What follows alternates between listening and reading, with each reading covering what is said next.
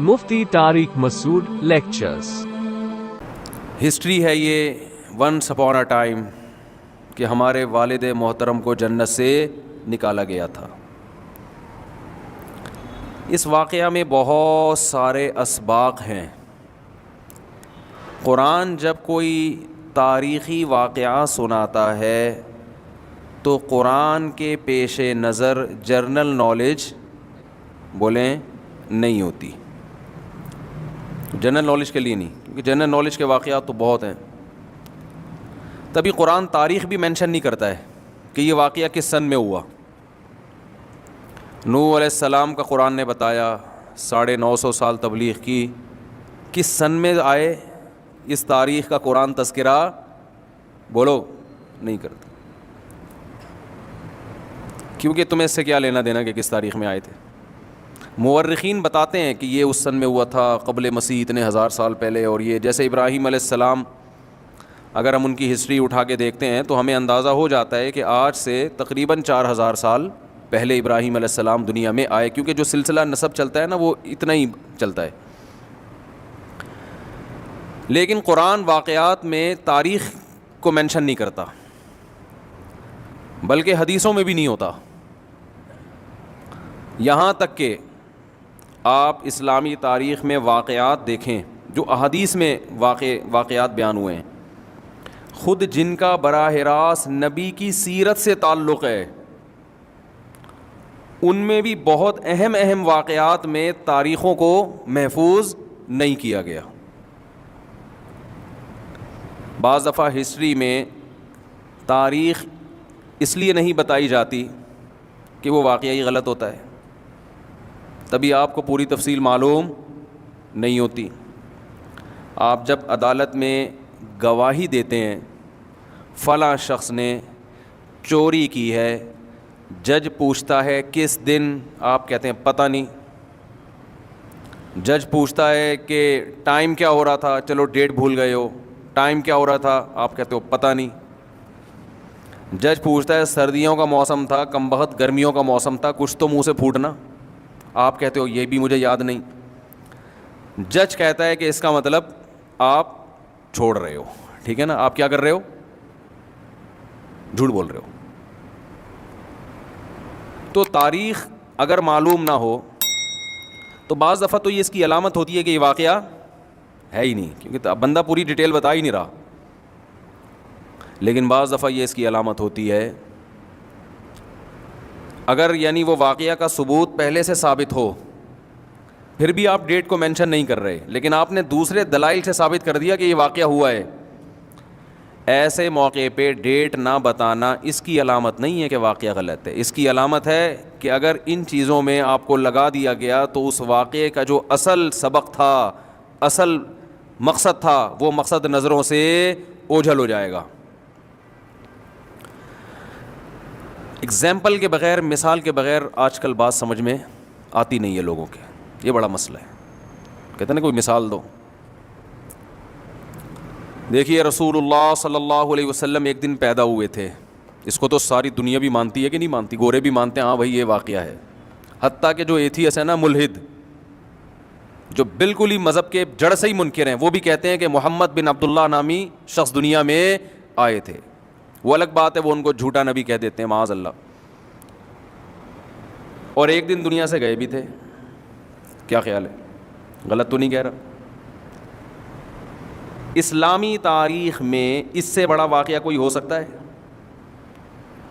کیونکہ اسلامی تاریخ، اسلام کے بانی کون ہیں؟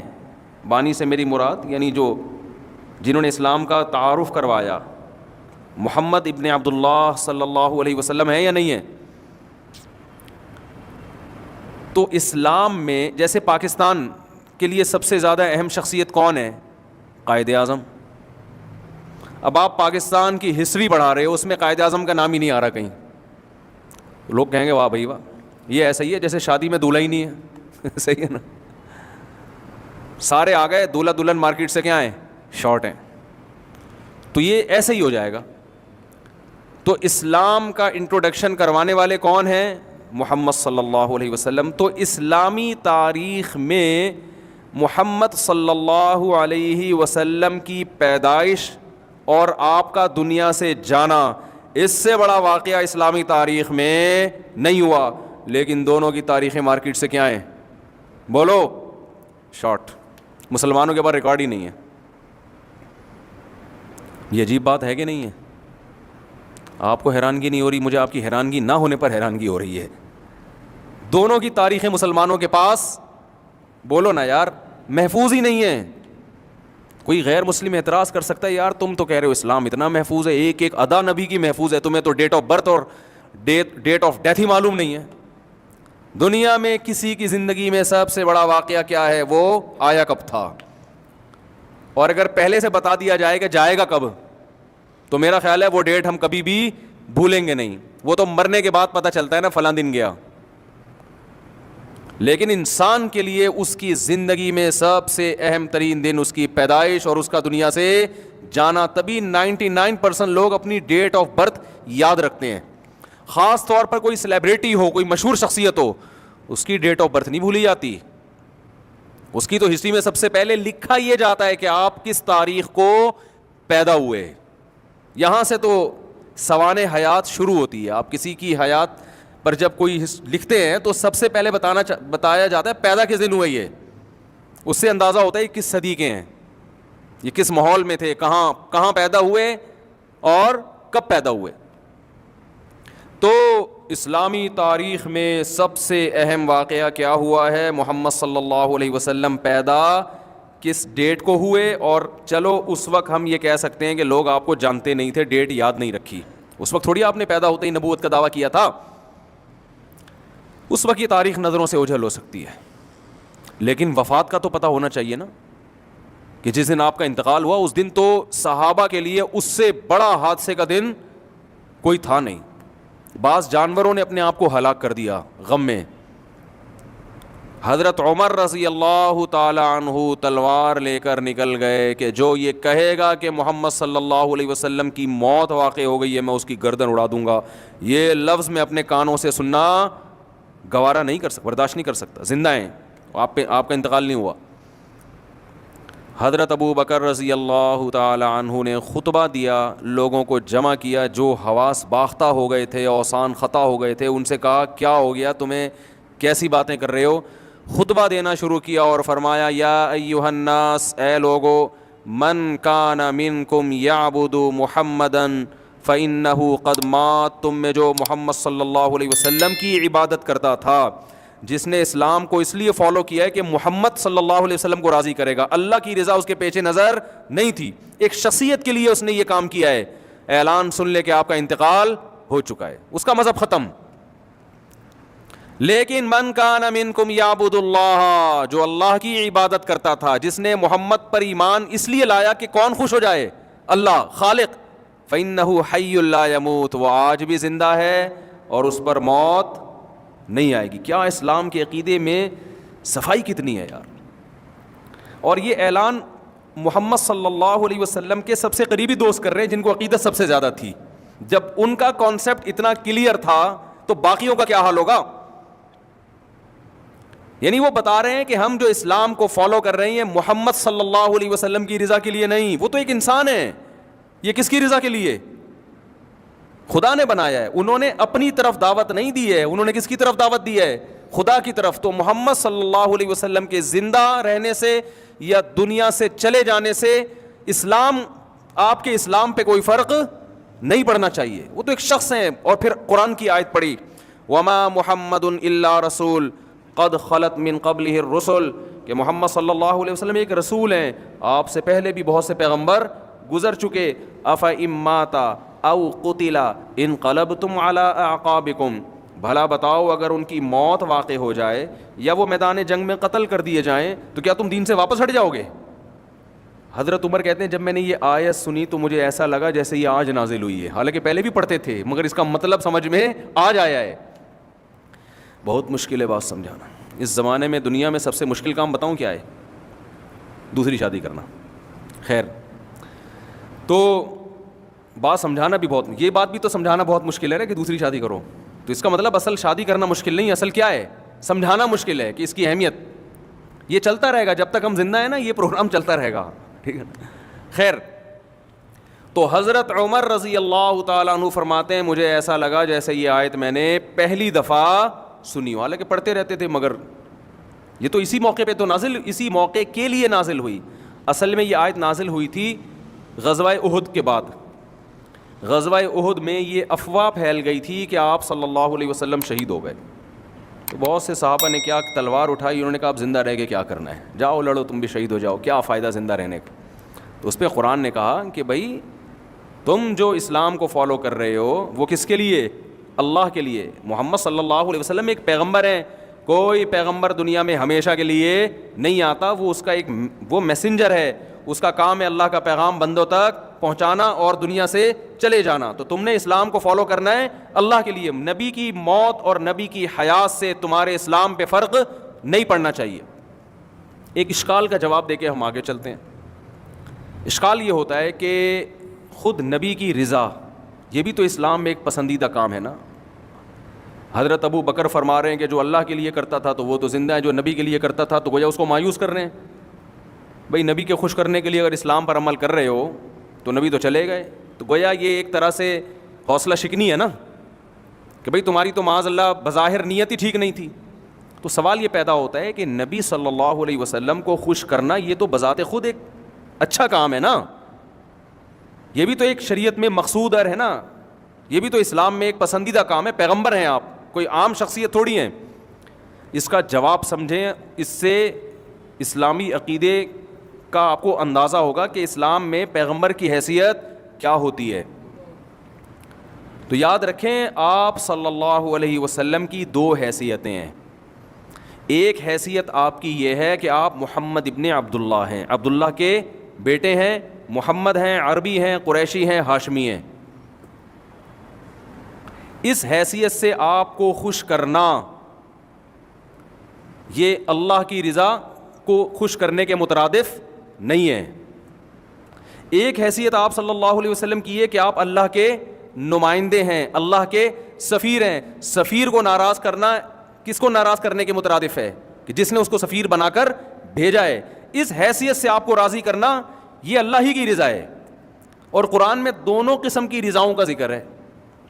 قرآن کہتا ہے یعتذرون الیکم اذا رجعتم الیہم لترضوا عنہم, کہ محمد صلی اللہ علیہ وسلم جب آپ غزوہ تبوک سے واپس پہنچیں گے مدینہ تو بہت سے منافقین آئیں گے, گول مول باتیں کریں گے. وہ یہ بتائیں گے ہم جنگ میں اس لیے نہیں گئے تاکہ آپ ان سے خوش ہو جائیں. لیکن اگر آپ ان سے خوش ہو بھی گئے تو اللہ ان سے خوش بولو نہیں ہوگا. اس کا مطلب پیغمبر کو خوش کرنا بسا اوقات اس سے اللہ خوش نہیں ہو رہا ہوتا, کیونکہ یہاں پیغمبر کو جو خوش کیا جا رہا ہے, منافقین جو خوش کر رہے ہیں وہ اس حیثیت سے نہیں کر رہے کہ آپ اللہ کے سفیر ہیں, کیونکہ اس میں پہلے اللہ کو دیکھا جاتا کہ اللہ بھی خوش ہو رہا ہے کہ نہیں ہو رہا, بلکہ یہاں اس حیثیت سے خوش کر رہے ہیں کہ آپ جنگ کے کمانڈر ہیں, آپ ایک امیر ہیں, آپ ایک سردار ہیں. تو ہر شخص کی خواہش ہوتی ہے جو میرا ذمہ دار سردار ہے میں اس کو کیا رکھوں, خوش رکھوں, کیونکہ اس سے مجھے مفاد ملیں گے. تو اس لیے مسلمان کو جو حکم ہے کہ آپ صلی اللہ علیہ وسلم سے محبت کرے, اصل جو حکم ہے وہ اس حیثیت سے محبت کرے کہ آپ اللہ کے سفیر ہیں. لہذا یہاں اللہ کی رضا پہلے ہوگی, اس کے بعد کس کی رضا ہوگی, آپ صلی اللہ علیہ وسلم کی رضا. یعنی آپ صلی اللہ علیہ وسلم سے محبت بھی در حقیقت کس کی وجہ سے ہو رہی ہے, اللہ کی وجہ سے ہو رہی ہے. اللہ سے محبت نبی کی وجہ سے نہیں ہو رہی, نبی سے محبت کس کی وجہ سے ہو رہی ہے, اللہ کی وجہ سے ہو رہی ہے. تو اللہ کیا ہے اسلام میں, اصل اللہ ہے, کیونکہ ہمیں پیدا کرنے والا وہ ہے. بہت میرا خیال ہے اتنی مشکل بات نہیں ہے. دوسری شادی سے تو آسان ہی ہے نا, آپ دوسری نہ کریں لیکن یہ بات تو سمجھ جائیں نا, یہ تو آسان سی بات کی ہے میں نے. جبکہ ہمارے ہاں بعض لوگ نبی کی حیثیت کو اتنا بڑھا دیتے ہیں کہ ان کی تقریروں سے ایسا لگتا ہے کہ اصل کون ہے, اصل نبی ہیں, اللہ معاذ اللہ دوسرے نمبر پر ہے. تو یہ بھی ایک نوعیت کا شرک ہے. تو خیر میں یہ عرض کر رہا تھا, میں کیا عرض کر رہا تھا ذرا یاد ہے آپ کو؟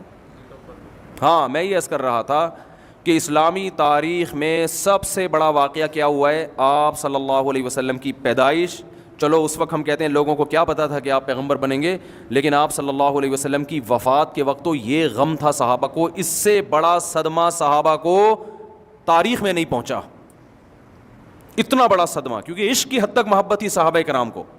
اور حضرت عمر جیسا مضبوط دل وہ یہ لفظ سننے کے لیے تیار نہیں ہے کہ کوئی یہ کہے کہ آپ پر موت واقع. انسان کو بہت محبت ہوتی ہے نا, وہ نہیں سنتا. خوشی کی خبر بھی انسان سے برداشت نہیں ہوتی, بہت زیادہ خوشی ہو. غم کی خبر بھی انسان سے برداشت نہیں ہوتی, بہت زیادہ خوشی بھی برداشت نہیں ہوتی. اس پہ وہ مشہور واقعہ ہے نا کہ ایک آدمی کی 5 کروڑ روپے کی لاٹری نکل گئی. اب اس کو اطلاع دیں تو ڈر یہ تھا کہ یہ مر نہ جائے کہیں خوشی سے. غریب آدمی ہے, پکوڑے وکوڑے بیچتا ہوگا بیچارہ, گولے گنڈے کی کوئی ریڈی لگاتا ہوگا. اب اس کو 5 کروڑ کا بتائیں گے تو یہ خوشی سے کیا ہو جائے گا, مر نہ جائے. تو ماہرین نے کیا کیا کہ بھائی نفسیاتی ڈاکٹر بھیجا جائے اس کے پاس. نفسیاتی ڈاکٹر اس کو آرام آرام سے سمجھائے گا, کوئی کسی طرح سمجھائے گا, اس کو یہ خبر بھی دے دے گا کہ 5 کروڑ کی لاٹری نکلی ہے, اور اس طرح سے دے گا کہ یہ مرے گا بھی نہیں. تو نفسیاتی ڈاکٹر چلا گیا, اس نے جا کے اس کو پہلے سمجھانا شروع کیا. فرض کرو تمہارے 10 لاکھ روپے کی لاٹری نکل آئے تو کیا کرو گے؟ اس نے بتایا بھائی یہ کروں گا, 6 گولے گنڈے اور لگا دوں گا, پورا دکان کھول لوں گا, یہ کر لوں گا, وہ کر لوں گا. جب یہ مانوس یعنی اس سے مانوس ہو گیا نا, اس نے کہا یہ ہو سکتا ہے تمہارے ساتھ, یہ بتا دوں 10 لاکھ کی لاٹری نکل سکتی ہے, کچھ ایسی اطلاعات آ رہی ہیں کہ تمہاری 10 لاکھ کی لاٹری نکلی ہے. جب اس کا اس کو وہ خوشی برداشت کر پایا تو پھر 20 لاکھ پہ آیا. ہوتے ہوتے ہوتے بالآخر اس نے کہا اب یہ اس قابل ہو گیا ہے کہ اس کو میں 5 کروڑ بولو بھائی بتا. تو آخر میں آ کے اس سے کہنے لگا کہ اچھا فرض کرو تمہاری 5 کروڑ کی لاٹری نکلے تو تم کیا کرو گے؟ وہ خوشی سے کہتا ہے آدھے تجھے دے دوں گا. یہ بولا اور یہ نفسیاتی ڈاکٹر انا للہ یہ خوشی سے مر گیا. اس کا علاج کے لیے آیا تھا, خود کیا ہو گیا. جب اس نے کہا نا اگر لاٹری واقعی نکل آئی نا تو 2.5 کروڑ کس کے دے دوں گا؟ تجھے. نے کہا اچھا, بس یوں کہا اور ڈھم دے نیچے. تو یہ خیر میں سنا رہا ہوں یہ بتانے کے لیے کہ غم کی خبر بھی اچانک نہیں سنائی جاتی. خوشی بہت زیادہ, اس سے بھی آدمی اوپر سے کیا ہو جاتا ہے, پاگل ہو جاتا ہے. ایسے بھی لوگ ہیں, ہارٹ اٹیک کا واقعہ ہوا ہے, امریکہ کا ویزا مل گیا اور مر گیا وہ. یہ واقعہ میں نے سنا ہے اور مستند ذرائع سے سنا ہے. امریکہ کا ویزا ملا, خوشی میں ہی مر گیا. تو اب تو اتنی لوگوں میں امریکہ کی نہیں ہے, پہلے تو بہت امریکہ کوئی چلا جائے تو اب پتہ نہیں کہ اب تو وہ بہت سے گئے نا, انہوں نے کہا کچھ بھی نہیں ہے, وہی ہے جو یہاں پر ہوتا ہے نا, اور کوئی بس گٹر کے ڈھکن بند ہوتے ہیں, یہاں کھلے ہوئے ہوتے ہیں, اس سے زیادہ کوئی خاص فرق نہیں ہے. ٹھیک ہے نا. تو آپ بتاؤ اتنا بڑا اسلامی تاریخ میں دن آیا, مگر اس کی تاریخ یہ جو 12 ربیع الاول کہتے ہیں نا, یہ ایسے ہی ہے, نہیں ہے. 12 ربیع الاول کسی مستند حدیث میں نہیں ہے. اتنا اختلاف ہے کہ آپ صلی اللہ علیہ وسلم کی وفات کس ڈیٹ میں ہوئی ہے, اچھا خاصا اختلاف. اور ضعیف روایتیں ہیں, کوئی کہتا ہے 12 ہے, کوئی کہتا ہے 8 ہے, کوئی کہتا ہے 9 ہے. یہ ہے کہ ربیع الاول اور پیر کا دن, ڈیٹ معلوم نہیں ہے. سوال پیدا ہوتا ہے, گورا اعتراض کر سکتا ہے یار ایک طرف تم یہ بھی بتاتے ہو ہمارے نبی مسکراتے تھے تو کتنے دانت نظر آتے تھے, ہمارے نبی کے سر میں آخر عمر میں سفید بال کتنے تھے, یہ تک صحابہ نے بتایا. کھجور کھا کے کھجور کی گٹلی کیسے پھینکا کرتے تھے, آپ صلی اللہ علیہ وسلم کی چال کیسی تھی, آپ صلی اللہ علیہ وسلم کھانے سے پہلے کیا دعا پڑھتے تھے, کھانے کے بعد کیا الفاظ کہتے تھے, آپ صلی اللہ علیہ وسلم تہجد میں کتنی رکعتیں پڑھا کرتے تھے, کتنی لمبی نماز پڑھا کرتے تھے, اپنی زوجات سے کیسے پیش آیا کرتے تھے, ان سے کیسے اخلاق سے بات کیا کرتے تھے, گھر میں آتے تو انداز کیا ہوتا, گھر سے نکلتے تو انداز کیا ہوتا, ایک ایک چیز محفوظ ہے. یہ تمہیں پتہ نہیں ہے کہ انتقال کس دن ہوا, نہیں آ رہی بات میرا خیال, یہ تمہیں پتہ ہی نہیں ہے کہ انتقال کس دن ہوا, اور واقعی نہیں پتہ ہے. یہ جو 12 ربیع الاول ہے نا, یہ کیوں آ گئی مارکیٹ میں یہ بھی بتا دوں میں. یہ کیوں نہیں, اس لیے کہ اسلام ہسٹری کے اس پہلو کو بیان کرتا ہے جس کا آپ کی پریکٹیکل لائف سے تعلق ہے. جس چیز کا آپ کی پریکٹیکل لائف سے تعلق نہیں ہے, اسلام آپ کو اس میں الجھانا نہیں چاہتا. کیونکہ نبی جس تاریخ کو پیدا ہوئے, جس تاریخ کو انتقال ہوا, تو کرنا کیا ہے آپ نے اگر خوشی منانی ہے اس کے لیے رمضان دے دیا, رمضان کے بعد عید آئے گی. دوسری خوشی دے دی بقرعید کے دن, وہ ہیں 2, اس میں کو سیلیبریٹ کرو, خوشی مناؤ اس میں. اور اس کی بھی ایک لاجک ہے, کوئی کام اسلام میں اللاجیکل نہیں ہوتا. وجہ کیا ہے کہ اگر ہمیں یہ بتا دیا جاتا کہ نبی اس دن پیدا ہوئے لہذا خوشی مناؤ, تو خوشی نیچرل منتی نہیں ہے, یعنی تکلف کر کے منانا پڑتا, خوشی ہوتی نہیں. کیونکہ جس نے جس دن پیدا ہونا تھا وہ تو ہو گیا نا. بھائی یا تو ہمیں پتہ چلے کہ اس دن دوبارہ کوئی بڑی شخصیت پیدا ہوگی, ہم خوشی مناتے ہیں, واہ بھائی آج وہی تاریخ دوبارہ آ گئی, نبی تو دنیا سے چلے گئے تھے مگر نبی کے کوئی جانشین پیدا ہو رہے ہیں. بھائی آپ جیسے ڈیٹ آف برتھ ہے, آپ 1 جنوری کو پیدا ہوئے تھے, دوبارہ 1 جنوری آ گئی, خدا کی قسم کسی کو خوشی نہیں ہوتی, لیکن وہ خام ہمیں کیک کاٹ کے کیا کر رہا ہے, خوشی منا رہا ہے. کس بات کی خوشی؟ خوشی آپ کو اس بات کی تو ہوگی کہ 1 جنوری دوبارہ آئے, آپ کہو میرا 1 سال گزر گیا, تو گزر گیا نا, گزر گئی گزران کیا جھونپڑی کیا میدان, ڈیفنس کے بنگلے میں گزر گیا تو بھی کوئی فائدہ نہیں, اب تو گزر گیا. اگر کانٹوں پہ گزر گیا تو بھی کیا ہے, گزری ہوئی چیز پہ نہ انسان خوش ہوتا ہے اور نہ انسان غمزدہ ہوتا ہے, ہمیشہ مستقبل کا سوچ کے خوش ہوتا ہے اور فیوچر ہی کا سوچ کے غمزدہ ہوتا ہے. بہت مشکل ہے بات سمجھانا, بہت مشکل ہے بات سمجھانا. دیکھو ایک آدمی ڈیفنس کے 1000 گز کے بنگلے میں ایئر کنڈیشن روم میں گدے پہ لیٹا ہوا ہے, 1 جنوری کو پیدا ہوا تھا, کسی نے آ کے بتایا 1 جنوری آج, اور تم 30 سال کے ہو گئے. لیکن یہ ہم تمہیں بتا دیں کہ اگلا 1 جنوری تمہیں دیکھنا نصیب بولو نہیں ہوگا, اور تمہاری جاب بھی گئی ہے, تمہارا بزنس بھی ٹھپ ہو گیا, اب تمہارا یہ مکان بکے گا, اور ڈیفنس سے تم موو ہو جاؤ گے گندے نالے کی طرف. میں کسی علاقے کا نام نہیں لوں گا, وہ پھر علاقے میں یار ہم لوگ اتنے ہیں کہ آپ ہمیں مثالوں میں بھی رگڑتے رہتے. کوئی بھی نالا ہے اس کے اوپر, اب دیکھ لیں نالے کہاں کہاں ہیں, بہرحال نالے ہی نالے ہیں یہاں پہ. تو آپ اب کسی غریب علاقے کی طرف آپ کیا ہو جاؤ گے, شفٹ. لیکن چونکہ آج 1 جنوری ہے, ٹھیک ہے نا, تو ہم رونا نہیں. 30 سال تو اچھے گزر گئے نا آپ کے ڈیفنس میں, ایئر کنڈیشن روم میں, آپ کا کروڑوں کا بزنس تھا, وہ الگ بات ہے. آپ روڈ پہ آ جاؤ گے, بھیک مانگو گے, آپ کشکول لے کے لوگوں کے ساتھ. اگلا 1 جنوری جو ہے نا, کشکول آپ کے ہاتھ میں ہوگا, ٹھیک ہے نا, صحیح ہے. اب وہ رونے لگا تو آپ کہ نہیں happy birthday to you, آپ 30 سال کے ہو گئے, آپ کیک کاٹیے اور منہ میٹھا کیجیے. وہ کہے گا لعنت بھیجتا ہوں اس کیک کے اوپر, ٹھیک ہے نا, ہائے یہ کیا ہو گیا میرے ساتھ, ہائے. یہ روئے گا کہ نہیں روئے گا؟ ماضی کی خوشیاں سوچ کے انسان خوش نہیں ہوتا, فیوچر کی خوشیوں پہ انسان کیا ہوتا ہے, خوش. اسی مثال کو الٹا کر لیں آپ. ایک آدمی فٹ پاتھ پہ پڑا ہوا ہے, نالے کے قریب, نہ سونے کا بیچارے کے پاس انتظام, نہ کھانے کا, بھیک مانگتا رہتا ہے. 1 جنوری کو پیدا ہوا تھا, ٹھیک ہے نا, کسی نے آ کے بتایا کہ بھائی تم اس نالے پہ پڑے ہوئے ہو, آج پہلی تاریخ ہے. وہ غمزدہ ہے. آپ کہتے ہیں لیکن اب تمہاری قسمت کھل گئی, یہ تمہاری لاٹری نکلی ہے, یہ 5 کروڑ روپے لو, اور اب سوچو کہ تم نے رہنا کہاں ہے. اور تمہاری زندگی میں جو اگلا 1 جنوری آئے گا وہ نالے پہ نہیں سو گے, وہ 1000 گز کے بنگلے میں سو. کیک بھی کھائے گا, کھلائے گا بھی. یہ خوشی منائی نہیں جا رہی, یہ ہو رہی ہے, یہ کیک اندر سے نکل رہا ہے, ٹھیک ہے نا. یہ تکلف والی خوشی بولو نا یار, یہ تکلف نہیں ہے, یہ واقعی ہو رہی ہے. تبھی تو اسلام میں ولیمہ ہے, رخصتی کے بعد دعوت ہے. رخصتی سے پہلے کوئی بھروسہ نہیں ہے. ابھی تو ایجاب و قبول ہوا ہے نا, ہوم ڈلیوری کے بعد ہے ولیمہ, اور اس میں واقعی پتہ چلتا ہے یہ خوش بھی ہے کہ نہیں ہے.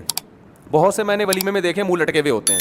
تبھی اسلام نے نکاح والے دن ولیمہ نہیں رکھا ہے کہ ابھی تمہیں کیا پتا وہ تمہیں ملا کیا ہے. تم رخصتی کرو گے, ایک رات اس کے ساتھ گزارو گے, تمہیں پتہ چلے گا تمہیں بیوی پسند بھی آئی ہے کہ نہیں آئی ہے, اس سے گپ شپ لگاؤ گے. اگلے دن تم, اب ہو سکتا ہے وہ میک اپ میں تم نے دیکھا اس کو, تو 24 گھنٹے ہیں تمہارے پاس اوریجنل کنڈیشن میں دیکھنے کے لیے. وہ ڈسٹمپر رشتہ دیکھنے جاتے ہیں تو آپ کو پتہ ہے پورے ڈبے خالی ہوتے ہیں ڈسٹمپر کے. تو اس کے بعد پھر تم سوچو گے کہ ولیمہ کرنا بھی ہے کہ نہیں کرنا. کچھ دن پہلے دولہا سے میری ملاقات ہوئی, وہ ایسا وی آئی پی سیٹ اپ ماشاء اللہ, آپ کو اس دولہے کا بھی ذہن نہیں جائے گا اس طرف. اس کو کیا پتا, میرے تو بہت سارے وی آئی پی دولہے ہیں جن کی شادیوں میں جاتا ہوں. ہو سکتا ہے وہ دولہا جو سمجھ رہا ہے وہ آپ نہیں ہے بھائی, کوئی بھی بیان سن رہے ہیں نا, وہ آپ نہیں ہے, وہ آپ کے علاوہ کی بات ہو رہی ہے. اب سب میرے ساتھ سیلفیاں لے رہے ہیں, مفتی صاحب آئے ہوئے, اور دولہا اسپیشل کہ مفتی صاحب کے ساتھ سیلفی لینی ہے, مفتی صاحب کو جانے نہیں دینا. لیکن جب دولہا آیا ہے نا, اتنی ٹینشن میں مجھے مسافہ بھی نہیں کیا, وہ بھول گیا مفتی صاحب, حالانکہ میں اس کے انتظار میں بیٹھا ہوا ہوں. آیا اور پھر ایسے جا کے بیٹھ گیا, اور یوں میں خود ہی جا رہا ہوں اس کے ساتھ کہ بھائی تو میرے ساتھ سیلفی لے لے, تیری وجہ سے بیٹھا ہوا ہوں. اچھا چلو لے لو بھائی سیلفی. منہ لٹکا ہوا اس کا. میں نے پوچھا, میں نے کہا یار یہ اس کو ہو کیا گیا, یہ تو ایک قسم کی بے کرامی سی ہو رہی ہے میری یہاں پہ, اتنی تو اپنی شادی میں بھی میری بے عزتی نہیں ہوئی, ٹھیک ہے نا, تو یہ کیا ہو رہا ہے. انہوں نے کہا بھائی مفتی صاحب اس کا دماغ آؤٹ ہو گیا ہے, جو مال دکھایا گیا تھا یہ تو میرے اپنے الفاظ ہیں.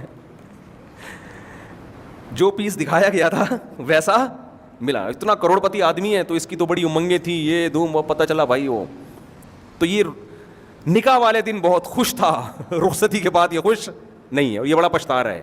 ہم نے کہا اب تو ہو گیا, اب تو کو برداشت کرو, ٹھیک ہے نا. تو وہ بھی ولیمہ ہو رہا ہے لیکن وہ پبلک کے دباؤ پہ ہو رہا ہے. خیر یہ تو ایک بات آ گئی درمیان میں ویسے ہی کہ نکاح سے پہلے جو ہے نا ڈسٹیمپر سے متاثر نہ ہوا کریں. آج کل بڑے بڑے میک اپ کے وہ عجیب عجیب سی چیزیں آ رہی ہیں. بلیک لڑکیاں جو اندھیرے میں نظر نہ آئیں ان کو وائٹ کر دیا جاتا ہے, جو روشنی میں نظر نہیں آ رہی ہوتی اتنی وائٹ کر دی. تو آپ بلیک لڑکی سے بھی شادی کریں, اصل تو سب سے پہلے تو اخلاق دیکھنا چاہیے نا. لیکن بات یہ ہے کہ آپ کو پتہ تو ہونا یہ دھوکے بازی بہت چل رہی ہے. عمریں بہت چھپائی جاتی ہیں, 45 سال کو شناختی کارڈ میں لکھوا دیتے ہیں 20 سال. اب تو نادرا والوں کو پیسے کھلا کے لڑکیاں عمریں کم کروا دیتی ہیں. تو ابھی اس پہ میں جاؤں گا تو بڑی عجیب عجیب واقعات ہیں, پھر خام خامے وہ خواتین بھی پریشان ہوتی ہیں, ہمارے راز فاش کر رہا ہے. ویسے ہی بیچاریوں کی شادیاں نہیں ہو رہی, اوپر سے یہ بھی مرد بھی کر رہے ہیں, مرد بھی جھوٹ بول رہے ہیں. سیلری کیا دکھاتے ہیں, نکلتا کچھ بھی نہیں ہے. مرد تنخواہ میں جھوٹ بول رہا ہوتا ہے. خیر تو اسلام چونکہ تکلفات کو نہیں مانتا, تو میں یہ عرض کر رہا تھا کہ انسان کو ماضی کا سوچ کے خوشی نہیں ہوتی. خوشی کیا سوچ کے ہوتی ہے, بولو, فیوچر کا سوچ کے. ہاں جس ماضی کا فیوچر پہ اثر پڑ رہا ہو نا, اس ماضی کا سوچ کے خوشی ہوتی ہے. اس کی بھی ایک مثال دے دیتا ہوں. دیکھو آپ نے ماضی میں الٹے الٹے کام کیے, آپ نے امتحان کی تیاری نہیں کی, ایگزامینیشن ہال میں جا کے بیٹھ گئے, پرچہ ورچہ آپ نے حل ہی نہیں کیا, ایگزامینیشن ہال سے آپ نکل گئے, تو یہ پاسٹ ہے نا. کیا خیال ہے, اچھا نہیں گزرا آپ کا یہ پاسٹ, لیکن آپ ٹینشن میں آؤ گے. کیوں؟ اس پاسٹ کا اثر کہاں پڑے گا, بولو نا, فیوچر پہ. رزلٹ جب آئے گا تو نمبر کیا ہوں گے آپ کے, گول. پھر آگے جاب نہیں ملے گی, دھکے, ماں باپ سے تانے, بھائیوں سے تانے, یہ. لہٰذا اس کو ٹینشن, کیونکہ اس کا اثر کس پہ پڑ رہا ہے. یہی وجہ ہے کہ اگر کوئی آپ سے کہے کہ آپ نے نمبر تو پیپر تو اچھا نہیں کیا لیکن میرے تعلقات ہیں, وہ 100 نمبر ڈال دے گا اس میں, تو آپ کو بھائی بھڑ میں جائے جیسا ماضی گزرا ہو. اسی طرح آپ کا ماضی اچھا گزرا اور اس کا اثر فیوچر پہ اچھا پڑے گا, تو بھی اس پاس کا سوچ سوچ کے آپ کو خوشی ہوتی ہے. پاس کی وجہ سے نہیں, کس کی وجہ سے, فیوچر کی وجہ سے. یہاں میں ایک علمی نقطے کی بات لازمی کرتا ہوں, اگرچہ میرا ٹاپک آج میرے بیان کا یہ موضوع نہیں ہے, لیکن میں لازمی, یہ جتنے موٹیویشنل اسپیکر ہیں جو مذہب کو نہیں مانتے, میں اگر حلفیہ بولوں ان کی موٹیویشن میں جان نہیں ہے, تکلفات ہیں, یہ زیادہ نہیں چل سکتے. یہ آپ کو موٹیویٹ جس اسٹائل میں کرتے ہیں نا, کبھی میرے سامنے بٹھا دو, میں ایک ایک چیز میں 10 عیب نکال کے دکھاؤں گا. جو آپ کو موٹیویشن مذہب دیتا ہے نا, اللہ کی قسم مذہب کے علاوہ حقیقی موٹیویشن کا کسی کے پاس راستہ ہے ہی نہیں. جو آپ کو موٹیویٹ کرتے ہیں نا, سب سے پہلے کامیابی کی ڈیفینیشن ہی غلط بیان کر رہے ہوتے ہیں. وہ مائیکل جیکسن کی شہرت کو کامیابی قرار دیتے ہیں, حالانکہ وہ شہرت ہر محنت کرنے والے کو ملتی نہیں. ان کے ہاں شہرت ہے, ان کے ہاں عزت ہے, ان کے ہاں سکون ہے, یہ بہت ساری چیزیں ہیں. سب سے بڑا فالٹ یہ ہے. تو مائیکل جیکسن تو برباد ہو گیا بیچارہ, 50 سال میں جب اس کی شہرت کی بلندیوں پہ پہنچا تو رات کو سویا ہے, صبح پولیس بھی اس کو نہیں اٹھا سکی ہے. یہ تو ہو رہا ہے. آج کا واقعہ سناؤں آپ کو. میرے قریبی دوست نے بتایا کہ ان کے کوئی ریلیٹیو تھے, مکان پہ, بلڈنگ پہ تنازع چل رہا تھا 10 سال سے, بہن بھائیوں کی وراثت پہ قبضہ کرنا چاہتے تھے یا کوئی جھگڑا, بڑا لڑائیاں, اور 10 سال اس میں گنوا دیے. بالآخر انہوں نے ادھر ادھر سے پیسہ اکٹھا کر کے بہن بھائیوں کو وہاں سے نکالا کہ بلڈنگ میرے قبضے میں آئے. قرضے لیے, 10 سال کوئی تھوڑا عرصہ نہیں ہوتا, 1/2, اور بالآخر وہ بلڈنگ اپنے قبضے میں, ادھار بھی چڑھ گیا اور لے لا کے اب میں بلڈنگ بناؤں گا. 4 پورشن بنا دیے, 4 پورشن. جب بلڈنگ, چوتھی بلڈنگ تیار ہو رہی ہے, کنسٹرکشن کا کام ہو رہا ہے, اب تیار ہونے والی ہے. اب ان کا خیال تھا بیٹھ کے کیا کھاؤں گا میں, پھل. اب یہ بلڈنگ جو 10 سال لڑتے رہے بھائی بہنوں سے. جب تعمیر مکمل ہونے والی تھی, یہ کہیں اوپر گئے ہیں, اوپر والے فلور پہ دیکھنے کے لیے کہ کہاں تک کام ہوا ہے. اوپر پاؤں سلپ ہوا, دھڑام سے سڑک پہ نیچے آ کے گرے اور آن دا اسپاٹ ڈیتھ ہو گئی. بات آ رہی ہے سمجھ میں؟ سن لو موٹیویشنل اسپیکرز کی تقریریں. ایک ہدف ہے, میرا یہ ہدف ہے, میں بلڈنگ بناؤں گا, میرا یہ ہدف ہے, میں دنیا میں نام کماؤں گا, میں کامیابی میرے قدم چومے گی, میں یہ کروں گا, میں یہ کروں گا. اللہ نے بتا دیا کر لے, سن لے, ٹھیک ہے نا, اور سن لے. لوگوں کو بہت مشکل ہے بات سمجھانا.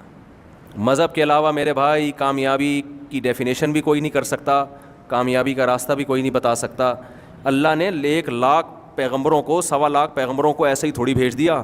اگر ان موٹیویشنل اسپیکر سے کام چلنا ہوتا تو 950 سال نوح علیہ السلام کے ذمہ لگاتے کہ ان کو سمجھاؤ کیا کرنا ہے تم نے. حضرت عیسیٰ کو معجزے دیتے کہ مردے کو زندہ کر رہے ہیں اور جناب کوڑ کے مریضوں کو شفا دے رہے ہیں, تاکہ لوگوں کو ان پر کیا ہے اعتماد, لوگ ان کی بات کو یقین کریں کہ عیسیٰ ابن مریم ان کے پاس صحیح راستہ ہے.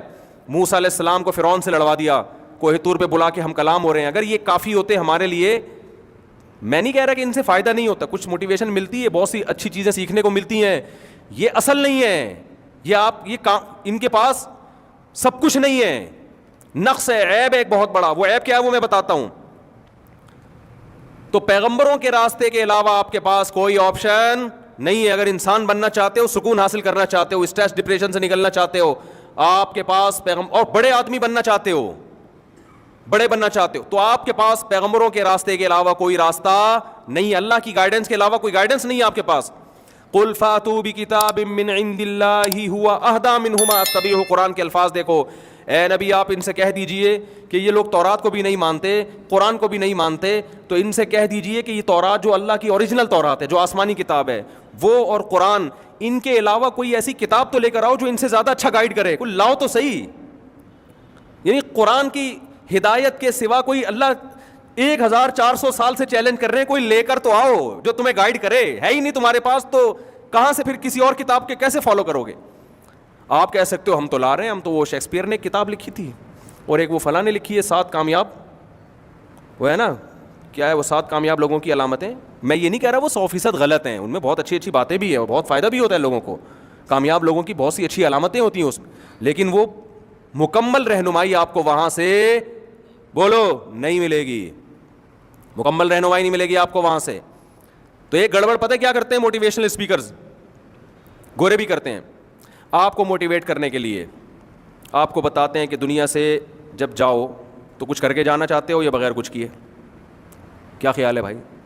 جیسے تمہاری زندگی گزر رہی ہے, صبح اٹھے وہاں انڈا موڑے پہ بیٹھ کے پراٹھا کھا لیا, ادھر نکلے وہاں گٹکا اور پان اور پھر سگریٹ اور گٹر کا ڈھکن اور سنوکر اور ڈبو, اور ادھر ربا کی صلواتیں, باہر نکلے ادھر گرل فرینڈ 500 کا ایزی لوڈ, ادھر جاب کر لی.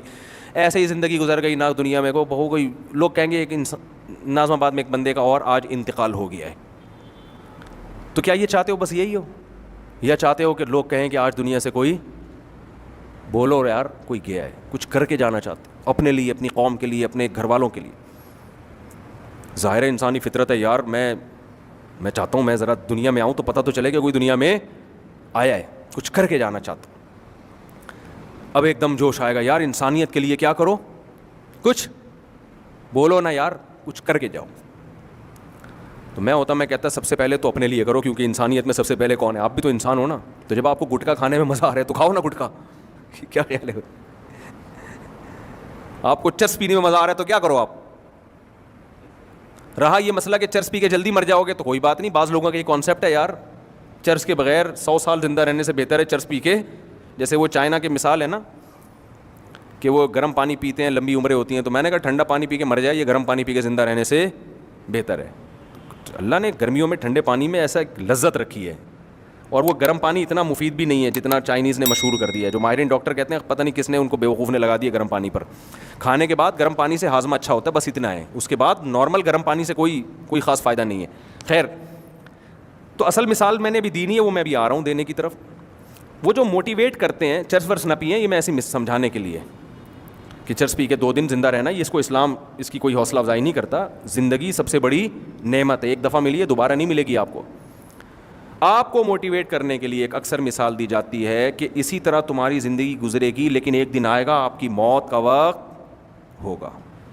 تو اس وقت جب آپ پیچھے مڑ کے, میں نے بھی ان کی جو ہے نا کچھ کلاسز لی ہیں, تو مجھے کچھ سوالات پیدا ہوئے, لیکن پوچھنے کا ہر آدمی پوچھ نہیں سکتا نا ہر جگہ. وہ بولیں گے یہ مولوی پتہ نہیں کیا گھس گیا, کیا باتیں کر رہے ہیں یہاں پہ, الٹی پٹیاں پڑھا رہے ہیں لوگوں کو.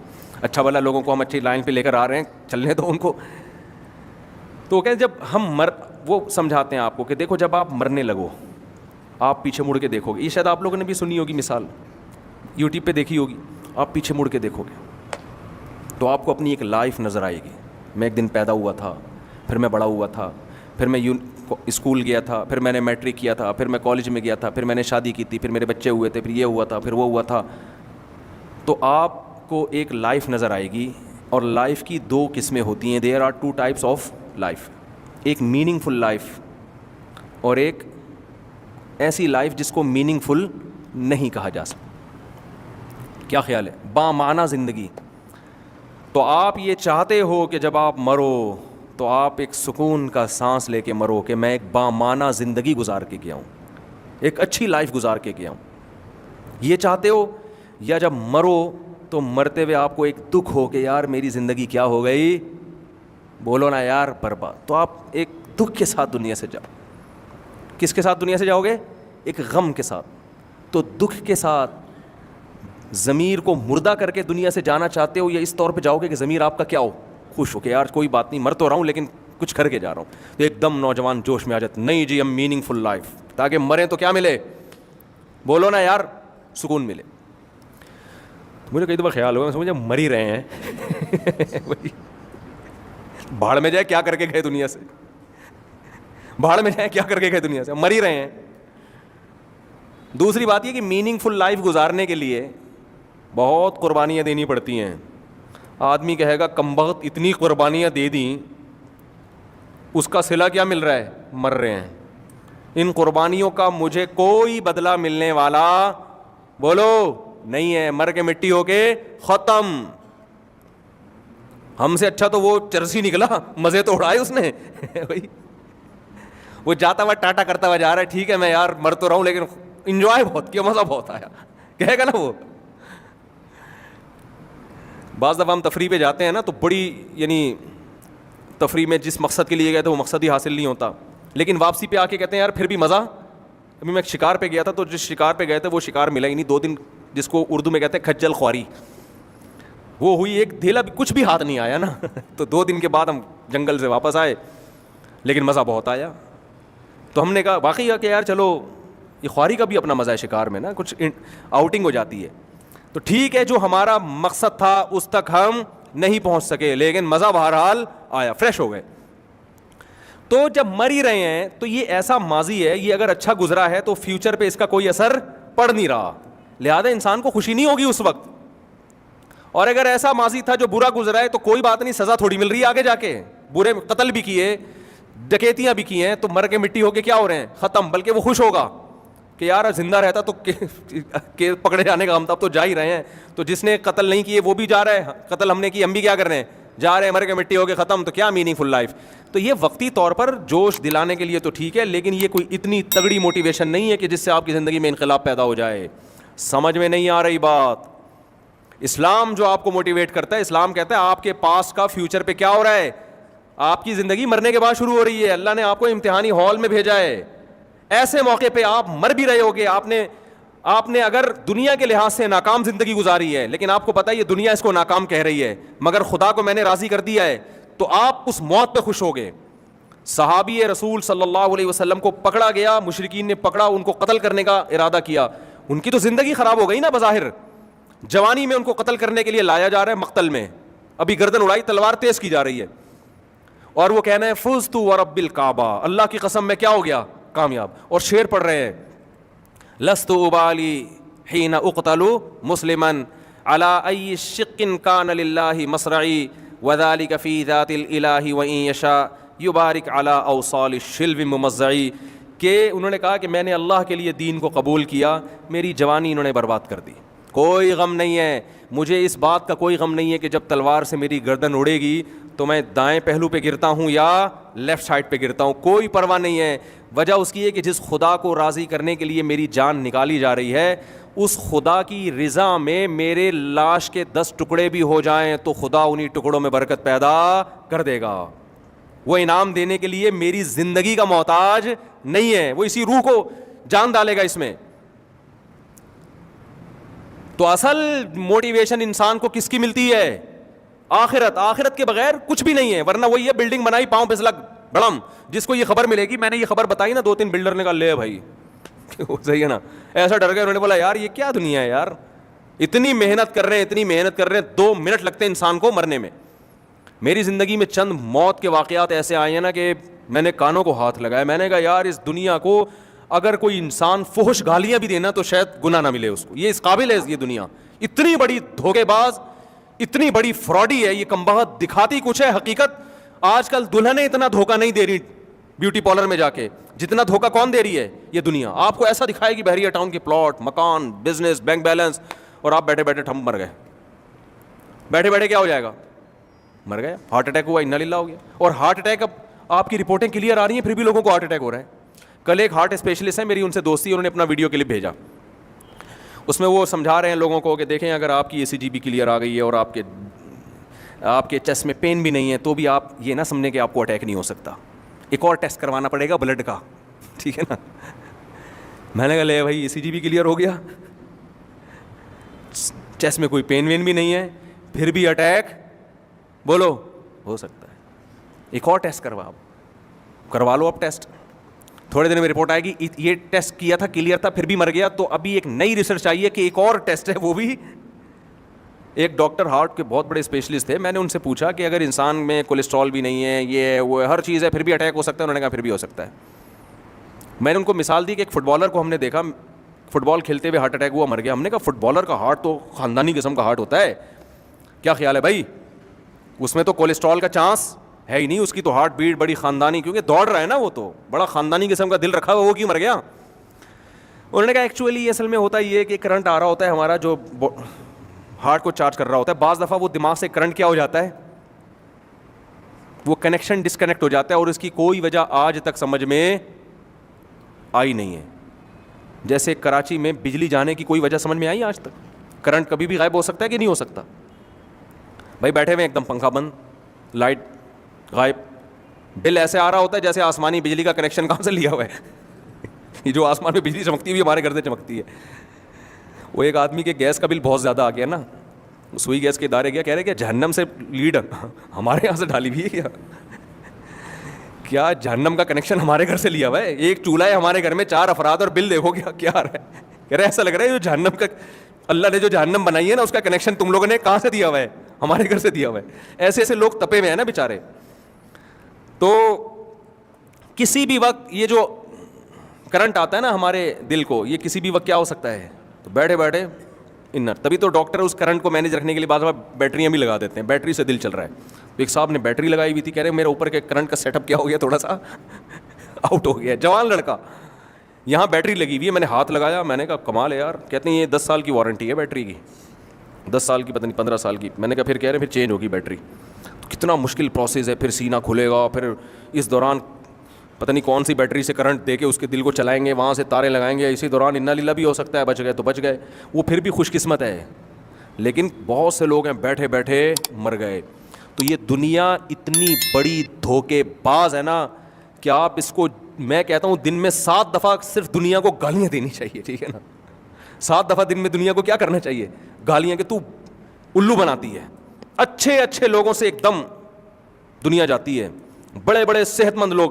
ہم اصل میں دنیا میں ان لوگوں کو دیکھتے ہیں جو ہمیں کامیاب نظر آ رہے ہیں, ہمیں یہ نہیں پتا ہوتا اس کامیابی تک 100 لوگوں نے پہنچنے کی کوشش کی تھی, 99 درمیان میں ہی ٹہل گئے ہیں, ٹھیک ہے نا. وہ ایک ہے جو یہاں پہنچا ہے. تو ہم اپنے آپ کو اس ایک خوش قسمت میں سمجھ رہے ہوتے ہیں. جیسے علی سکپارہ نے کتنے سارے ماؤنٹین کو عبور کیا نا, K2 پر جب پہنچا تو کیا ہو گیا؟ انتقال ہو گیا. کیا یہ دنیا نے دھوکہ دیا کہ نہیں دیا؟ اگر اس کو 10% بھی چانس ہوتا نا میں مر جاؤں گا, وہ کبھی بھی یہ رسک نہ لیتا. اس کے پورے اسباب وسائل نے اس کو بتایا کہ بچ جاؤ گے, تبھی تو اس نے یہ کیا. اب اس کے بیٹے کا بیان آیا کہ میں اپنے باپ کے خواب کو پورا کروں گا. میں نے ایک بیان دیا, میں نے کہا ان کے بیٹے تک پہنچاؤ کہ تم اگر اپنے باپ کے اس خواب کو پورا کرو گے تو اس سے باپ کو کوئی فائدہ نہیں ہوگا, کوئی فائدہ نہیں. کیونکہ اگر آپ آخرت پر ایمان نہیں رکھتے بالفرض, تو پھر ابا تو دنیا سے چلے گئے, تو آپ K2 کی پہاڑی عبور کریں یا نہ کریں, ابا کی صحت پہ اس سے کوئی اثر نہیں پڑے گا. اور اگر آپ آخرت پر ایمان رکھتے ہیں تو آخرت پر ایمان رکھنے والوں کا یہ بھی عقیدہ ہے کہ پہاڑ پہ چڑھنے یا نہ چڑھنے سے ابا کو کوئی فائدہ نہیں ہے. ابا کو فائدہ ہوگا دعا سے, ان کے لیے صدقات و خیرات سے, انسانیت کی خدمت کرنے سے ابا کو فائدہ ہوگا. لیکن آپ دیکھو کیونکہ گائیڈنس نہیں ہے نا, تو کس چیز کو ہدف بنا رہا ہے بیٹا؟ بیٹا زندگی کا مقصد بنا رہا ہے میں ابا کے خواب کو پورا کروں گا. کوئی سمجھانے والا نہیں ہے کہ بیٹا اتنے مشکل کام کو تم نے خواب بنایا اور اس کو ویژن بنایا, اس کا نہ تمہیں کوئی فائدہ اور نہ ابا کو. رسک کتنا ہے اس میں, اور اگر تمہیں فائدہ ہو بھی گیا تو تھوڑے دنوں کی واہ واہ ہے, اس کے بعد ختم, مر کے مٹی ہو کے کیا ہو جاؤ گے, ختم. اس لیے ایک دنیا میں کامیاب وہی ہے جو آخرت کو سامنے رکھ کر زندگی گزارتا ہے.